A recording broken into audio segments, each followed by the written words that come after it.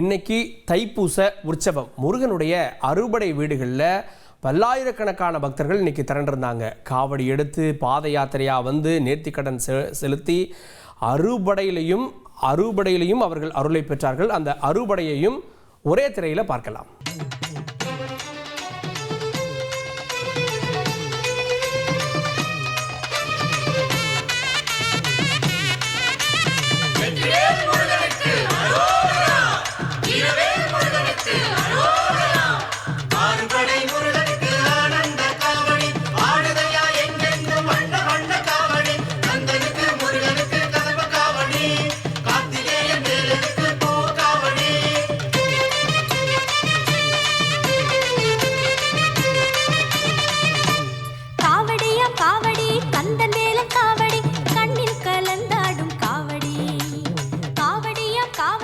பழனியில் தண்டாயுதபாணி சுவாமி கோவிலில் பக்தர்கள் 2 கிலோமீட்டர் தூரத்திற்கு அணிவகுத்து நின்றிருந்திருக்காங்க தரிசனத்துக்காக.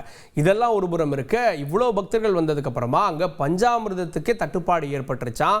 பஞ்சாமிர்தம் கிடைக்காம பக்தர்கள் ஏமாற்றம் அடைஞ்சிருக்காங்க அப்படின்ற செய்தியும் வந்திருக்கு.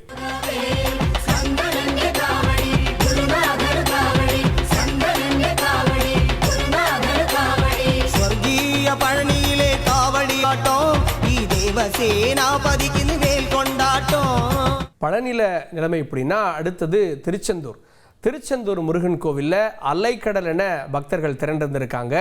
காவடியோடு பாத யாத்திரையா வந்து அவங்க நேர்த்திக்கடனை செலுத்தியிருக்காங்க. உண்மையிலேயே தலையா கடல் அலையா அப்படின்னு தான் திருச்செந்தூர் காணப்பட்டது. இன்னைக்கு தேடி தேடி வருவோர்க்கெல்லாம் தினமும் கூடும் தெய்வாம்சம், தேடி தேடி வருவோர்க்கெல்லாம் தினமும் கூடும் தெய்வாம்சம், திருச்செந்தூரின் கடலோரத்தில் செந்தில் நாதன் அரசாங்கம்.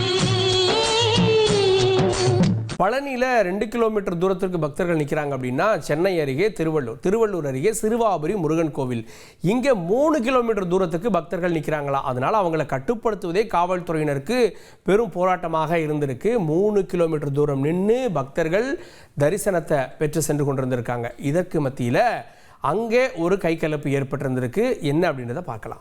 பாவமெல்லாம் பறந்து போகும் சாமி, தைப்பூச திருநாள சாமி, பார்க்க ஆயிரங்கள் வேண்டும் ஐயா சாமி. சிறுவாபுரி காட்சிகளை பார்த்தோம். சிறுவாபுரியில் காவல்துறையினருக்கும் அங்கே இருந்த ஒரு திருநங்கைகளுக்கும் இடையே தள்ளுமுள்ளி ஏற்பட்டிருக்கு. அந்த காட்சிகள் தமிழ்நாட்டில் இருந்து மட்டுமல்ல, மலேசியாவிலையும் தைப்பூச நிகழ்வு கோலாகலமாக இருந்தது. மலேசியாவில் பத்துமலை ஸ்ரீ சுப்பிரமணிய சுவாமி கோவிலில் கோலாகலமாக தைப்பூசம் கொண்டாடப்பட்டது. அங்கேயும் பக்தர்கள் காவடி பால்குடம் எடுத்து வழிபட்டார்கள். அந்த காட்சிகளை பார்க்கலாம்.